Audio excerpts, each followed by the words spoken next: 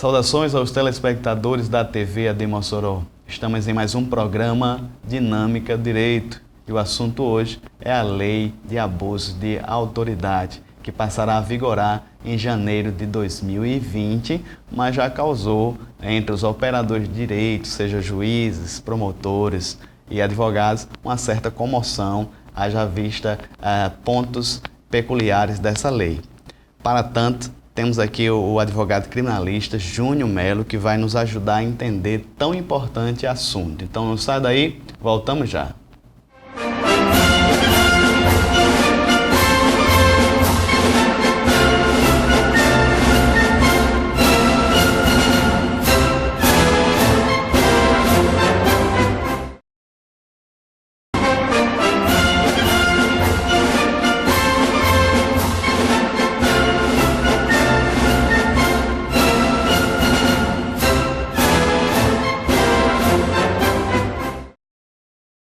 Estamos de volta com o programa Dinâmica do Direito. O assunto hoje é a Lei 13.869/19, a Lei de Abuso de Autoridade. Para tanto, temos aqui o advogado criminalista, Dr. Júnior Melo, ele que vai nos ajudar aqui a entender tão importantes dispositivos que trouxeram um avanço, especialmente no tocante às prerrogativas dos advogados. Acredito que se nós trouxéssemos um magistrado, teríamos uma visão, o promotor, teríamos outro foco, mas estamos felizes aqui com o senhor Júnior Melo estar entre nós.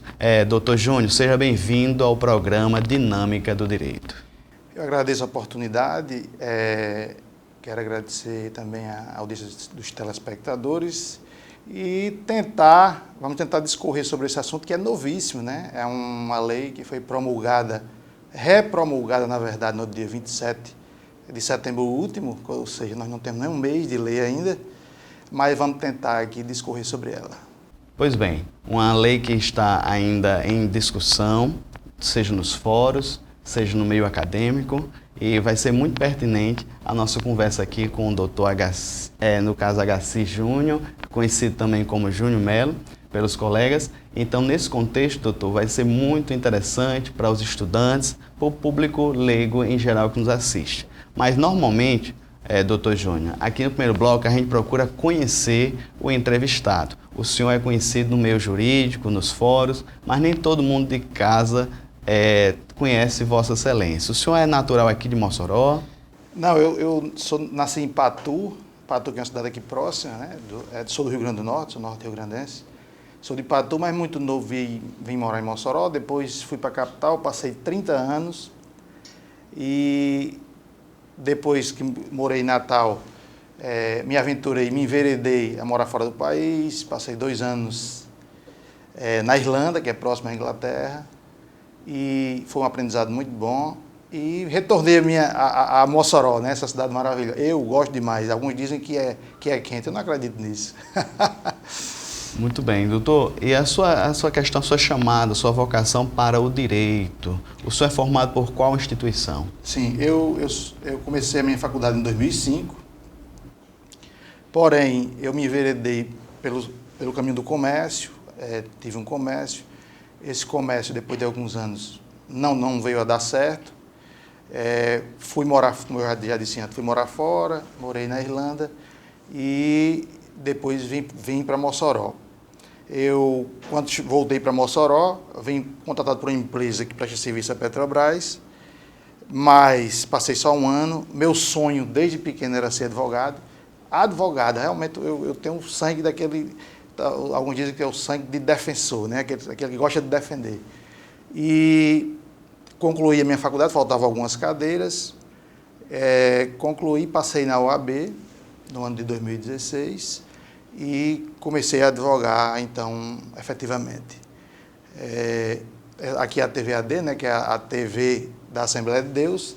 Eu também, em primeiro lugar, aliás, sou cristão, sou assembleiano, inclusive, mas minha grande paixão realmente sempre foi o direito. Muito bem. Tentando avançar agora na temática, doutor. Sim. O senhor é advogado criminalista, está, no caso, diariamente, seja em audiência, seja em sustentações orais. A nossa instituição, a nível nacional, quando dos debates, quando da questão, no caso dos votos, teria comemorado o texto da lei. Teria dito, em nível nacional, a OAB, que trouxe um certo equilíbrio às forças. Haja vista operações como a Lava Jato, alguns, no caso magistrados, entende-se, né, a categoria dos advogados, entendemos que alguns magistrados ou mesmo membros do Ministério Público ganharam certa força e o equilíbrio da balança teria, no caso, perdido um pouco a questão da advocacia. O senhor tem militado na área criminal, o senhor percebeu durante esse tempo algum tolhimento às prerrogativas, doutor? Olha, doutor Dazeu, na verdade, a Constituição de 88, ela veio, chama Constituição Cidadã, ela, principalmente o MP, ele foi muito beneficiado porque, vamos dizer assim, que o poder do MP, ele aumentou demasiadamente. É necessário que o Ministério Público tenha realmente, porque é duro, é o combate às irregularidades, ao crime, e concordo que tenha. Mas o que aconteceu é que o Ministério Público, ele talvez tenha se excedido um pouco. Isso foi visto, depois da Constituição, adveio a lei do advogado, a gente chama a lei do advogado, que é 8.906, Estatuto do Advogado, que aí tentou equilibrar um pouco, vamos dizer, esse jogo, né? Que não é um jogo, mas tentou equilibrar a balança que o senhor falou, a balança do direito. Mesmo assim, ainda houve um desequilíbrio, acredito eu. Por quê? Porque no artigo 7º, vem lá elencado as prerrogativas do advogado.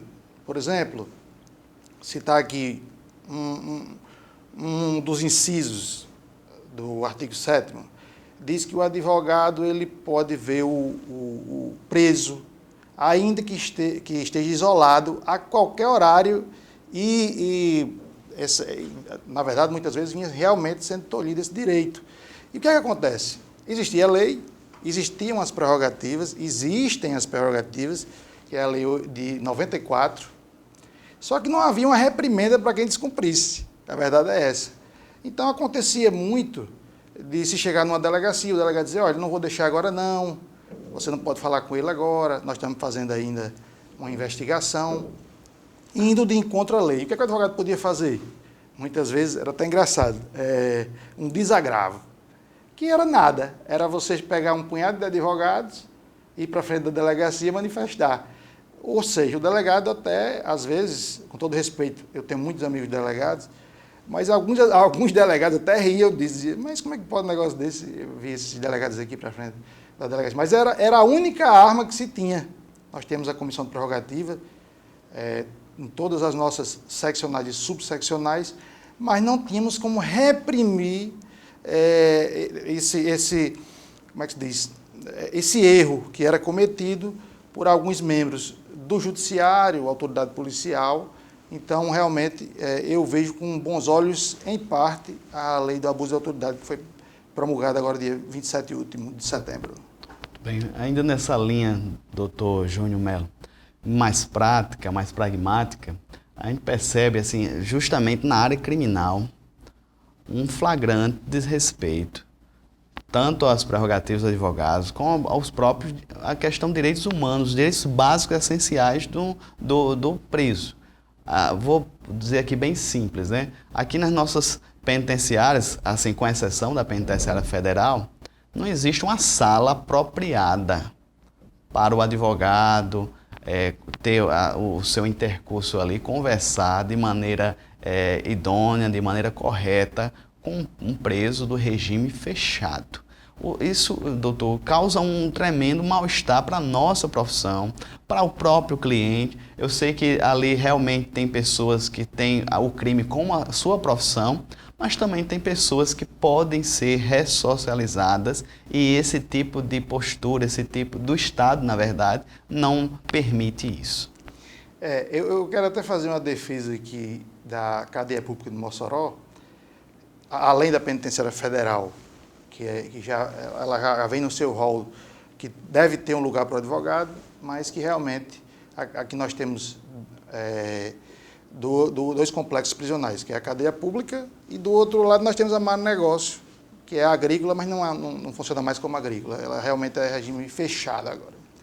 E na cadeia pública, o diretor José Fernandes, uma pessoa que sensibilizou-se com essa questão do advogado ficar... Porque imagine você, o advogado geralmente tem que usar terno, o senhor é advogado e sabe. E no calor maçante de Mossoró, e parece que ali na cadeia ainda é mais quente. A gente chega lá, é um forno. E o diretor se sensibilizou e ele mesmo, com a ajuda de alguns advogados, e fizeram a sala da OAB, que hoje é maravilhosa. Nós temos lá à disposição computador, ar-condicionado, atendemos o cliente. Agora, é como o senhor falou, durante muitos anos veio se fortificando essa política do encarceramento. E, assim, vamos prender e depois separa o joio do trigo. E, na verdade, eu acho que isso deve ser feito antes do encarceramento, porque a prisão, no caso, seria a última rátio. E é por isso que eu concordo, em parte, com a lei do abuso de autoridade. Ela vai combater um pouco esse preciosismo exacerbado do judiciário. Ainda nesse bloco, eu queria que o senhor comentasse aqui uma declaração da AJUF, Associação dos Juízes Federais. Eles disseram que, em nota, que na época o projeto de lei enfraquecia o combate à corrupção. Eu não acredito que vai enfraquecer, pelo contrário. O que estava acontecendo? Você teve a Operação Lava Jato, em Curitiba, hoje ministro Moro, antes juiz federal, ele inovou muito nessa questão do encarceramento para se conseguir uma delação. O que é que acontecia? Você ficava lá com uma prisão temporária durante 1, 2 anos ou até mais e, na verdade, essa prisão ela deve ser o último degrau, vamos dizer assim. Ele teria isso para o Congresso Nacional, que foi atingido, o Congresso Nacional, muitos políticos foram presos, e aí se alertou, porque quando mexe com você se alerta, né? E realmente a Operação Lava Jato, eu não estou querendo dizer que a Operação Lava Jato pelo contrário, ela é uma operação que ajuda o Brasil, que está alavancando o Brasil, acredito eu, mas que houveram os excessos, e por conta dos excessos, principalmente da 13ª Vara Criminal de Curitiba, houve esse embate do Congresso Nacional contra esses excessos. Mas eu não creio que... a lei diz o seguinte, se a prisão foi ilegal, seja relaxada imediatamente. O que acontece? O juiz dizia, não vou relaxar não, foi ilegal, mas eu vou transformar em preventiva. Ou seja, ele encontrava um caminho, ele relaxava a prisão, aí se houvesse os requisitos, ele decretaria a prisão preventiva. Então isso estava meio que assim, todo mundo era preso. Depois a gente vê o que é que faz. Então é contra a lei isso aí, vai contra a legis que está posta. E eu sou garantista, eu acho que o que está na lei deve ser cumprido. E hoje, eu acho que vamos abordar mais na frente, que há um ativismo judicial enorme, principalmente da magistratura. Muito bem, estamos conversando aqui com o Dr. Júnior Melo, ele que é advogado que atua na área criminal aqui na cidade de Mossoró e região. Estamos tratando aqui sobre a lei de abuso de autoridade, vai passar a vigorar em janeiro de 2020. Então não saia daí, vamos continuar delineando tão importante assunto. Voltamos já.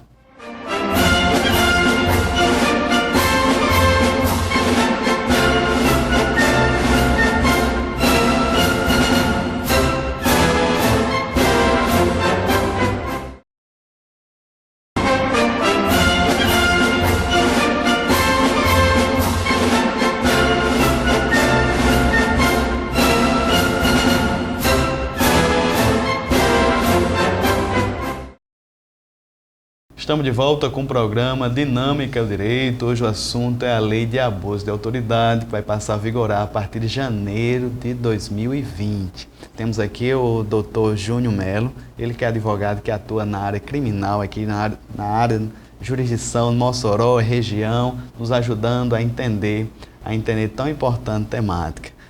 Dr. Júnior, sobre a questão, até uma declaração, na verdade, da ADPF, Associação de Delegados Policiais Federais, ele disse que o texto era muito subjetivo, abre muita margem à interpretação, e isso acabaria prejudicando a atuação da polícia. O que o senhor acha? Eu concordo em parte. O texto original, houveram 36 vetos nessa lei, e alguns vetos realmente eram necessários porque realmente prejudicavam a atividade policial. Veja bem, ela dizia que você tinha uma pena de 1 a 4 anos se você algemasse sem necessidade. Quem vê a necessidade ou não é o policial. Mas veja bem, você que foi algemado, você se viu no direito de processar o delegado porque foi, ou o delegado, inclusive a associação com muita propriedade, mas eu acho até que os policiais militares e os policiais civis que iam sofrer mais com essa reprimenda.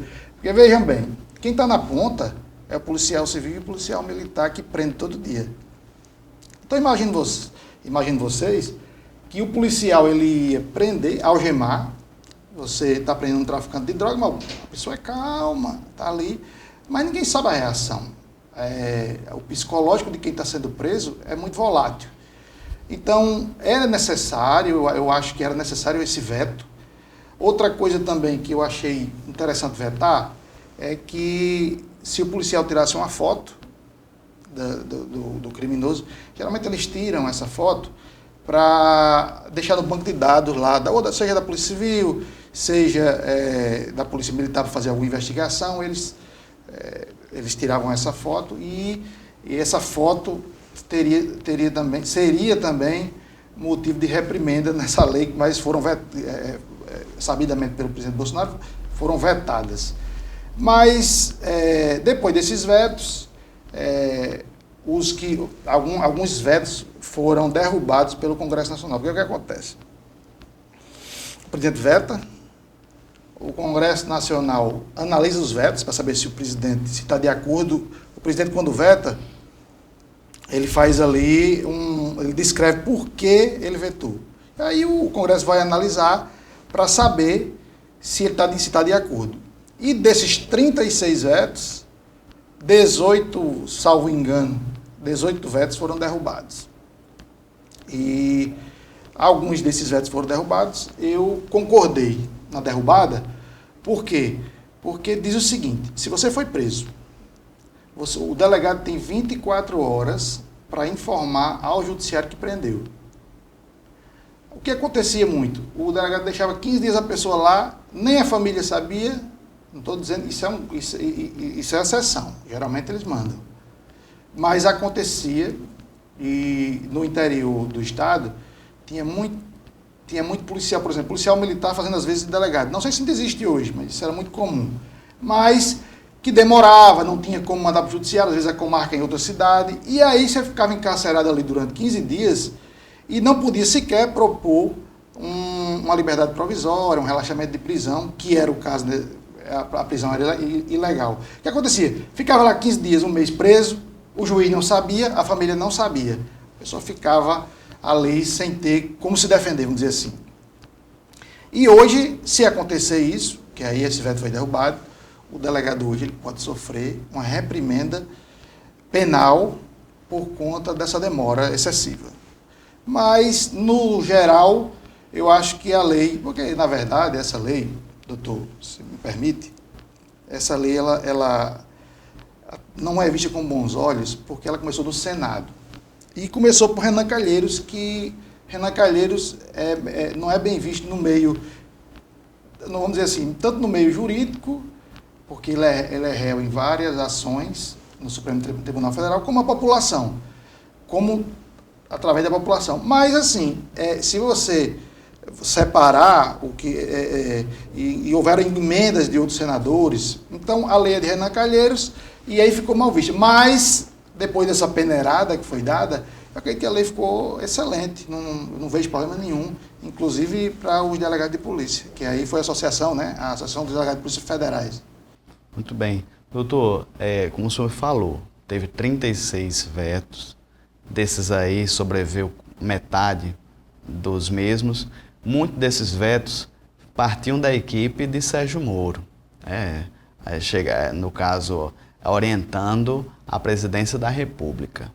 O fato de derrubar os vetos é um sinal, uma sinalização do Congresso contra a Lava Jato ou contra a pessoa de Sérgio Moro?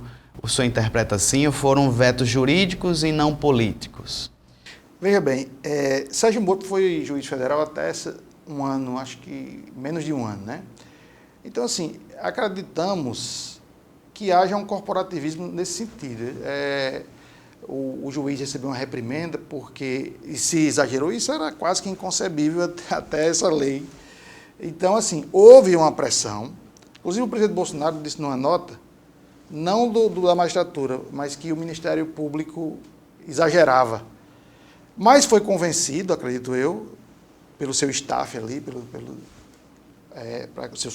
quem está perto dele, e foi feito um lobby para que houvessem esses vetos. E acredito sim que Bolsonaro ele agiu, de certa forma, para beneficiar, vamos dizer assim, a categoria que ele fazia parte. E do outro lado, nós temos o Congresso Nacional, né? que vem há algum tempo, acertadamente, inclusive, alguns maus políticos vêm sendo presos e o maior esquema de corrupção do mundo era instituído aqui. Então, assim, nós temos que bater palma para o juiz Sérgio Moro, mas não podemos passar por cima da legislação. Como eu disse, eu sou garantista e eu acho que o que está na lei deve ser cumprido. O Congresso Nacional, vendo isso, que foram derrubados os vetos, o trâmite ele derruba, o Congresso analisa se ele está correto. O Congresso Nacional entendeu, o Congresso Nacional diz que foram as duas casas, a Câmara e o Senado. Feita uma sessão única, para derrubar não é fácil, você tem que ter 50% mais um voto de cada casa, então o quórum tem que ser altíssimo, mas é mais difícil do que, por exemplo, aprovar uma lei ordinária. Então, para você ver o quão o Congresso ficou, vamos dizer assim, desgostoso com essa atitude do presidente, nesse ponto. E aí os próprios correligionários, vamos dizer assim, do presidente votaram a favor da derrubada dos vetos. Então, assim, era um consenso no Congresso para a derrubada de alguns vetos desses, porque acharam acharam, e ao meu ver, realmente houveram alguns exageros, principalmente em Curitiba. E eu vou dizer, talvez eu diga uma coisa aqui que muitas pessoas vão me ignorar, mas eu sou constitucionalista, sou garantista. E, por exemplo, a prisão em segunda instância, eu acho legal. Eu acho porque a lei diz que você só é culpado depois de transitado em julgado em última instância, ou seja, no STF ou no STJ, se tiver matéria STF. Então, veja bem, por exemplo, a prisão de Lula, apesar que eu acho que Lula foi quem fomentou essa corrupção toda, mas a prisão dele é legal. E aí nós devemos ver pelo ponto de vista, eu vejo pelo ponto de vista técnico. Lula deve ser preso, sim, depois de transitado em julgado em última instância. Muito bem, estamos conversando aqui com o doutor Júnior Melo sobre a lei de abuso de autoridade. Doutor, no próximo bloco vamos focar um pouquinho mais na questão dos crimes, os tipos, sobretudo a questão das prerrogativas, focar bastante nas prerrogativas. Então, sai daí, voltamos já.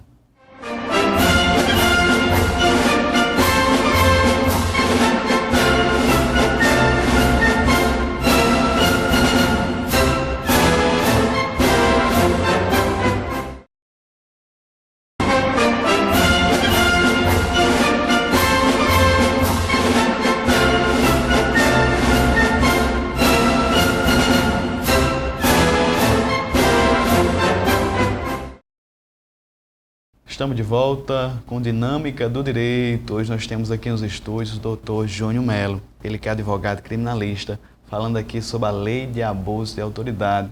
Vai passar a vigorar em janeiro de 2020, a Lei 13.869/19. Doutor Júnior, agora nesse bloco, vamos tentar aqui dar algumas exemplificações de tipos penais.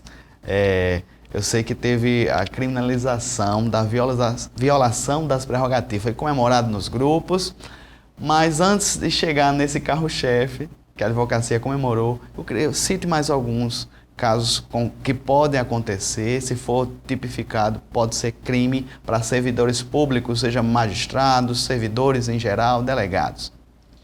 Olha, são 21 incisos do artigo 7, não é muita coisa. Mas, para simplificar, assim, para nós termos alguns exemplos, por exemplo, chegar numa delegacia, depois vou citar o exemplo da delegacia, depois vou citar o exemplo de outro órgão público. Delegacia, o criminalista, e essa lei, ela é voltada mais para o direito criminal, realmente. Por isso que há esse embate dizendo que vai prejudicar a Lava Jato, que não vai. Levou-se a Lava Jato como um pilar, né, do direito. Mas, na verdade, as prerrogativas do advogado, elas são basicamente para defender o direito do cidadão. Então, por exemplo, tem uma pessoa de 80 anos, estou com esse caso agora, tem uma pessoa de 80 anos presa, por conta a neta foi estuprada, ela não comunicou à polícia. E foi condenada a 8 anos. Né? Uma senhora já foi condenada, ela tem quase 80 anos, salvo engano, ela não anda, ela tem dificuldades, de todas as dificuldades que você possa imaginar. A pessoa de 80 anos que já não se locomove mais. Então, o que acontece? Muitas vezes nós peticionamos a secretaria, mas a secretaria, como ela tem muitos processos, o judiciário hoje é assoberbado de processos, então, talvez, para efetivar, para surtir efeito essa petição que eu fiz, para dizer ao juiz, olha, aquela senhora tem 80 anos, ela está ali deitada no chão, não tem condições dela ficar lá. Inclusive, o diretor da cadeia, às vezes, diz que não tem, através de um ofício. Mas o papel é frio. O papel, você vê o papel, é frio. Então, às vezes, você tem que verbalizar. Então, o que acontece? Você pede para despachar com o juiz. Uma das prerrogativas do advogado é que seja atendido pelo juiz, independente de hora marcada, ou independente do local que ele despache. E, muitas vezes, o juiz, por ter muita demanda, não é nem porque ele não queira, o juiz, eu acredito que não tenha problema nenhum em atender um advogado para escutar um pedido dele. Mas, às vezes, ele tem ali em cima do birô dele, eu já cheguei em juiz aqui de Mossoró, que tinham 2 birôs abarrotados de processos, ele digitalizando e mais 2 assessores não davam conta. Então, imagine você, se ele for parar a cada 10 minutos para atender um advogado, ele não trabalha. Mas, tanto que, para despachar com o juiz, eu reluto muito, porque eu sei do trabalho deles que é dificílimo. Mas acontece que tem alguns juízes, aqui, inclusive tem um aqui que é conhecido, que ele não atende ao advogado. E quando ele atende, que é obrigado, geralmente diz que não está. O juiz ele tem um elevador privativo, ele não tem o mesmo elevador dos jurisdicionados e dos advogados. Ele tem um elevador privativo, ele tem uma porta por trás, até pela segurança dele, né, para quem julga, principalmente a parte criminal. Então, assim, muitas vezes ele, não está saindo para o almoço. E o advogado dá essa dificuldade. Né? Teve um caso aqui, eu vivenciei um caso, em que eu tentei por diversas vezes, e quando eu fui atendido, porque aqui em Mossoró tem uma coisa estranha, digamos assim, a secretaria, ela fecha a porta da secretaria. Isso eu acho que eu não vi em outro lugar, a não ser aqui em Mossoró. O advogado é atendido pela janela da secretaria, no Fórum Silveira Martins, estou falando. Não, nas varas federais, realmente a secretaria ela é aberta. E aí é atendido pela janela. E eu, tentando falar com o juiz, e o juiz não saiu. Aí Teve um dia que eu disse, não, eu vou fazer o seguinte, eu vou chegar de 8 horas da manhã e vou esperar. Porque era um caso muito urgente. E aí eu esperei de 8 até 11. Né? Insisti realmente. Quando o juiz viu que não tinha mais jeito, aí ele veio me atender. Aí eu disse, onde é que eu entro? Onde é que eu entro? Aí, não, eu vou atender você aqui na janela. Então, assim, há um desrespeito. Isso foi um caso em toda a minha vida de advogado, de um caso de um juiz que fez isso. E atendeu na janela, achei desrespeitoso. Até pouco tempo eu era procurador do Estado, de um órgão do Estado, e, assim, do menor ao maior eu atendia na minha sala, seja ele com água, café, porque eu acho que é inerente ao funcionário público ter essa... Então, assim, é uma prerrogativa do advogado. O que é que eu podia fazer? Um desagravo. O que é um desagravo? Chamar 5 amigos meus e ficar gritando lá fora. Queremos a prerrogativa, queremos que... Então, quer dizer, era uma coisa... Hoje não, hoje eu posso entrar com uma ação penal, inclusive, essa lei, se, por exemplo, o Ministério Público, um membro do Ministério Público atenta contra a minha prerrogativa de advogado, mas há um corporativismo, a gente sabe que há, não estou dizendo do Ministério Público, estou dizendo da magistratura e até da própria advocacia. E aí o membro do Ministério Público diz, eu não vou entrar com ação. Então, eu posso entrar com ação e ele vai ter que aditar, é obrigado. E a ação é incondicionada. Então, assim, forçou realmente a que se cumpra as prerrogativas do advogado. O advogado tem inúmeras prerrogativas e aí podemos discorrer aqui durante todo o dia sobre isso. Mas no caso, doutor, o nosso maior aliado vai ser agora o celular, é isso? Não precisa mais juntar os colegas. O senhor acha que só um vídeo da violação já resolve? Ou ainda tem que precisar dos colegas para também testemunhar? Como é que vai funcionar na prática a defesa das prerrogativas com base na Lei 13.869/19? Olha, nesse caso meu, por exemplo, eu vi com uma violação, mas eu não entraria, vamos dizer assim, não entraria contra o magistrado, porque foi uma coisa mais banal, vamos dizer assim. Mas há casos em que realmente você precisa... O que acontece? Nesse meu caso, por exemplo, eu poderia solicitar ao juízo as câmeras do tempo que eu passei 4, 5 horas esperando para falar com o magistrado e como fui atendido, entendeu? Ele não é obrigado a atender no gabinete dele. Mas, só em não ter sido atendido 5 dias anteriores, tudo isso corroborava para que houvesse uma quebra da prerrogativa do advogado. Mas, assim, vai seguir o trâmite normal, precisa de provas, testemunhas, você tem que colher tudo isso, e aí você tem que comunicar, né? Fazer o boletim de ocorrência, normalmente, o delegado vai instaurar o inquérito, vai para o Ministério Público, vai transcorrer normalmente. Mais ou menos assim que deve ser feito. Agora, essa lei tem um ponto interessantíssimo. Se eu lhe perguntar, doutor Nazeu, quem é que vai julgar? Quem é que vai julgar? Quem vai julgar são os juízes, colega do juiz, ou quem vai denunciar é o promotor, colega do promotor. Interessante é que há uma relutância e um medo de que haja... Aí o que é que vem à cabeça da gente? Se há essa relutância... Não, peraí. Quem não exagerar não vai ser punido nunca. O juiz que não exagerar não tem problema. Se ele cumprir com as prerrogativas, que já estão na lei desde 94, inclusive, nós esperamos, inclusive foi comemorado, se eu disse, porque nós esperávamos por isso há quase 30 anos, porque não havia reprimenda. Qualquer pessoa, qualquer funcionário público podia desrespeitar. Tem um inciso que diz o seguinte, que eu posso entrar em qualquer órgão público, ainda que tenha porta ou cancela. Acho que a população nem sabe disso. Por exemplo, se eu chegar no hospital e quiser ver um documento, eu posso adentrar a secretaria do hospital, é obrigado isso, e verificar o documento de um paciente, cliente meu. Isso acontecia muito aqui em Mossoró, em outras cidades. Você precisa de um documento para dar entrada. A pessoa está acamada lá, mas não consegue uma cirurgia. Então, chegar no hospital e dizia, não, só quando o diretor autorizar. Aí, o que acontecia? A pessoa ficava ali minguando em cima daquela cama, o advogado não tinha como entrar, está na lei. Mas o que é que eu podia fazer? Hoje eu faço o seguinte, eu ligo para o 190, chamo a polícia e digo o seguinte, olha, essa pessoa aqui desobedeceu um artigo tal da lei das prerrogativas do advogado, ela está presa em flagrante.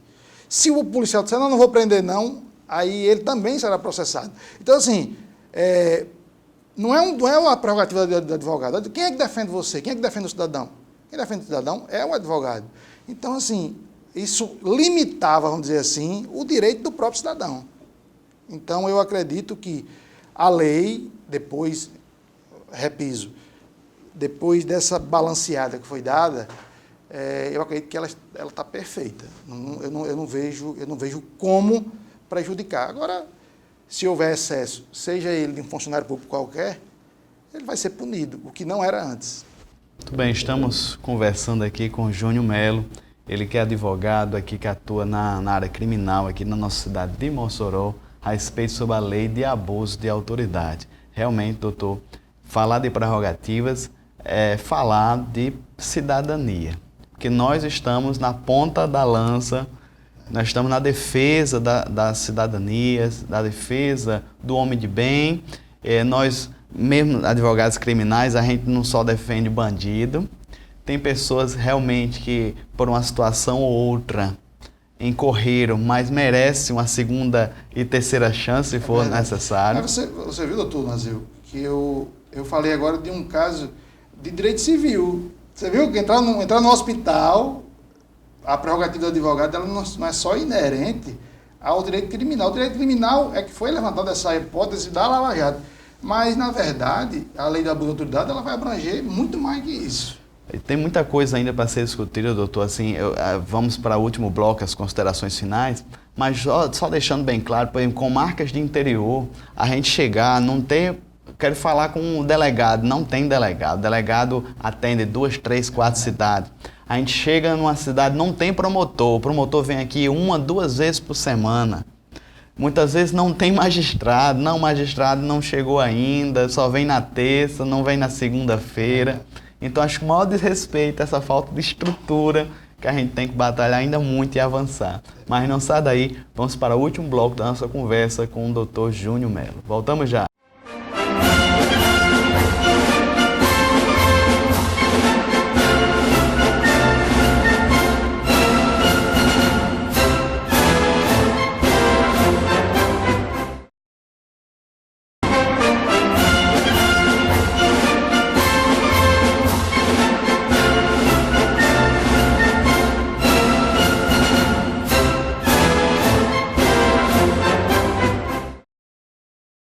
Estamos de volta com o programa Dinâmica do Direito. O assunto hoje foi abuso de autoridade. A Lei 13.869/19 vai passar a vigorar a partir de janeiro de 2020. Um assunto muito bom, muito pertinente. O Dr. Júnior Melo, advogado criminalista, nos ajudou aqui muitíssimo.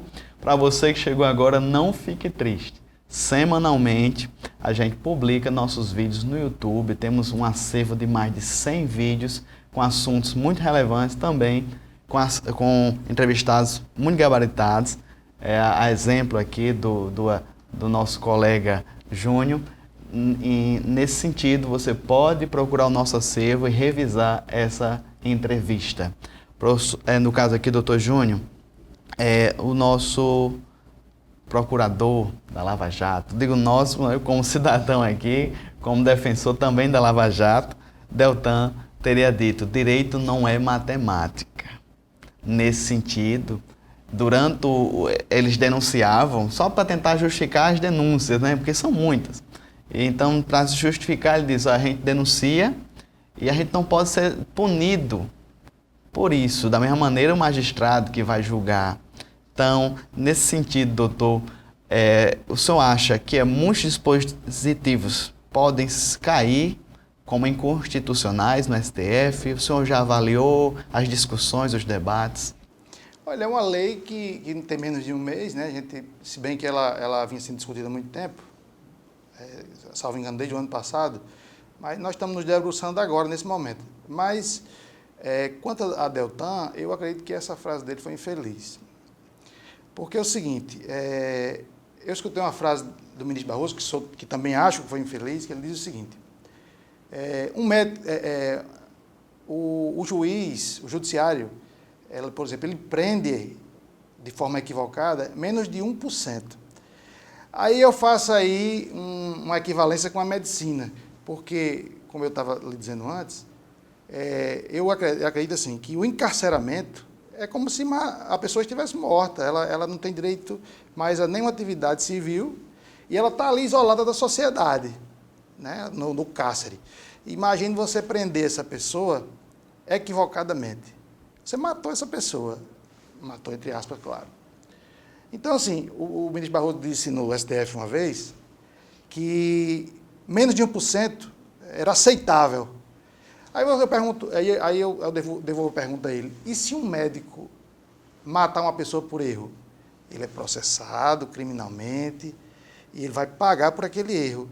E eu imagino que o médico erre menos do que isso, porque geralmente o erro médico é raríssimo de acontecer.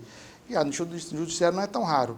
Então é o seguinte, Deltan, na verdade, e levando aí a essas mensagens que foram agora, que chamam de vaza-jato, né? Nós víamos como era, eu chamo até de espúria, essa comunicação entre a magistratura, que é proibido por lei, inclusive, do magistrado combinar com o Ministério Público. Imagine como é que ficaria se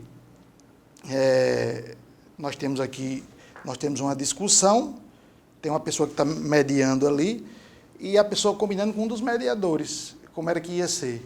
Ao chegar ao ponto essas mensagens, eu estou levando elas como verdadeiras, porque não houve contestação assim, de forma arrazoada por Deltan, dizendo que só que é errado, que hackearam e tal. Mas assim, a gente viu os bastidores de uma forma, eu não vi com bons olhos, a verdade é essa. A advocacia não viu com bons olhos. Por quê? Porque ali pegou-se os advogados, colocou-se um canto de parede, tudo combinado com o Ministério Público e a magistratura. Então, assim, tudo bem, não é matemática, o direito não é matemática, não é 2 mais 2, não são 4. Mas tem que haver uma razoabilidade diante dos fatos. Há uma lei, o magistrado pode combinar com o Ministério Público? Não pode. Ele pode recebê-lo para discutir alguma coisa, como ele recebe o advogado. Mas, por exemplo, tem uma hora que ele diz assim, olha, a procuradora fulana de tal não está indo muito bem, vamos colocar outro. Quer dizer, ali já estava decidida a vida daquela pessoa. Não, ali era proforme. Então, assim, houve-se isso, houve-se exagero. Eu acho que o staff da Lava Jato deveria ser trocado para que desse uma oxigenada, vamos dizer assim, né, de uma limpada nisso aí, porque ficou feio e foi contra a lei, na verdade é essa. Então eu acho que foi infeliz essa mensagem dele, essa postagem dele, vamos dizer assim. Muito bem, doutor. No caso, a advocacia comemorou. O senhor viu como... O senhor deixou, acho, durante todos os blocos, o senhor fez assim, menções que foi positivo para, no caso, a advocacia, em defesa das prerrogativas, mas o futuro não é algo assim, a gente não tem bola de cristal, a gente não é cartomante, a gente não usa esse tipo, mas a gente somos cristãos, mas o combate à corrupção, o senhor acha que pode, a sua opinião como jurista, como advogado, pode arrefecer por medo? Alguns magistrados agora têm algo a perder, porque apesar de alguns processos, a maioria das penas ser detenção, mas se for acumulando, não é, doutor? Tem penas também que eu vi de suspensão, até de perda da função pública. O senhor acha que... O senhor acredita que pode arrefecer o combate à corrupção, a lei, a vigência da lei? Olha, tem uma derrubada de um veto que trata da prisão, dessa prisão, que eu acredito não, ela já está sendo discutida no STF. Já está sendo discutida porque já houve a intentona de alguns partidos, salvo engano, que entraram com ação de inconstitucionalidade contra os artigos, alguns contra todos, outros contra alguns. Acredito que o STF vai se debruçar quanto a isso aí. Eu acho que os abusos vão diminuir, mas que realmente, nesse artigo propriamente dito, ele inviabiliza um pouco vamos dizer assim, a magistratura, né? Nesse sentido, o magistrado está ali e ele tem que decretar uma prisão e, na verdade, isso às vezes é com uma certa urgência e ele não tem como averiguar se depois houve um equívoco, não houve. Então, assim, é inerente à profissão dele. Então, eu acho que esse ponto aí deve cair. O STF vai analisar. Eu acredito que esse ponto deve cair. Eu acho que deve cair. Eu acho que tem que continuar como está. Agora, há exagero, né? Hoje você prende muito. Aí pergunta, por que ele foi preso? Porque o artigo 312, salvo engano, ele elenca lá porque como pode se dar a prisão preventiva, né? Que essa é que o Congresso mais reluta, é a prisão preventiva. Tem a temporária, que são 5 dias, aí tem a condição coercitiva, que está suspensa, tem a temporária, que são 5 dias, e tem a preventiva, que não tem prazo. Ou seja, você pode passar... Eu tenho o caso de cliente meu, que já está há 3 anos preso preventivamente, e sequer foi julgado ainda em primeira instância. Tirando esses exageros, mas eu acho que é pertinente que o magistrado ele possa agir com uma liberdade maior. Ou realmente vai engessar um pouco, ou muito. Então, eu acho que esse ponto deve cair, não tenho dúvida. Na verdade, o STF, ele vai se debruçar sobre isso aí, e o STF, acredito eu, que possa até modificar, porque o que acontece? O STF ele tem, a gente chama de ativismo judicial. Ele tem criado leis, o que é proibido, mas ele faz. Porque, como dizia Rui Barbosa, a pior ditadura é contra o judiciário, que não há... E imagina um órgão que não há quem possa, né, com o judiciário. Uma ordem judicial você não descumpre. Imagine o topo, né, que é o Supremo Tribunal Federal. E o Supremo Tribunal Federal, e aí eu já parto um pouco, saindo um pouquinho, o Supremo Tribunal Federal hoje tem legislado à torta e à direita. Por exemplo, hoje, crime de homofobia, uma questão dessa não passaria nunca no Congresso, pela bancada católica, evangélica, e quem não concorda. Então, estão debruçados sobre o aborto. Então, isso não passa. Então, eu acho que o Congresso, além de ele retirar, eu acho que ele ainda vai modificar. É o que eu tenho visto e acho que vai ser assim. Bem, Dr. Júnior Melo, advogado criminal, nos ajudou aqui a entender no programa sobre a lei de abuso de autoridade, sob a ótica da advocacia. Em janeiro de 2020, no caso Júnior, eu vou ver se eu trago um promotor de justiça, um magistrado, para tentar ver a versão dele sobre essa lei. Mas desde já, o meu muito obrigado. Eu não o conhecia pessoalmente. O senhor foi muito bem recomendado, doutor Diego Tobias, que faz parte também da sociedade que o senhor muito bem recomendou. É uma equipe muito boa. Percebo o seu preparo, não vou dizer ousadia, mas a sua propriedade com que o senhor chegou aqui e muito bem defendeu os seus pontos, sobretudo a advocacia. Fique aberto o pessoal de casa, as considerações finais. Eu agradeço demais, foi muito bom esclarecer. Na verdade, se houve algum equívoco, a lei é muito nova, como eu disse antes. Inclusive, essa lei, o senhor falou de vacatio legis. Vacatio legis é o prazo em que a lei é promulgada até que ela passe a vigorar, que é para a sociedade se adequar, vamos dizer assim. Então, ela só vale a partir de 20 de janeiro. Então, daqui para lá, eu acho que vai haver muita discussão ainda, viu, doutor? Mas eu agradeço demais pela oportunidade e estou à sua disposição, sempre que o senhor precisar, ou que a TV AD precisar. Muito bem, como eu falei, advogado criminalista, doutor aqui, Júnior Melo, que nos ajudou aqui muito bem, brilhantemente, a entender tão importante temática. Falamos aqui sobre prerrogativas do advogado, a comemoração dos colegas e a apreensão dos agentes públicos que investigam, que denunciam e que julgam. Como o senhor mesmo falou, vai ter ainda muito debate, mas acredito que o senhor trouxe muita luz sobre esse tema. Esse foi o programa Dinâmica do Direito dessa semana, um tema muito importante que é a Lei 13.869/2019, a Lei de Abuso de Autoridade. Permaneça com os cultos, com os eventos e até o próximo momento com mais um Dinâmica o Direito. Que Deus abençoe a todos.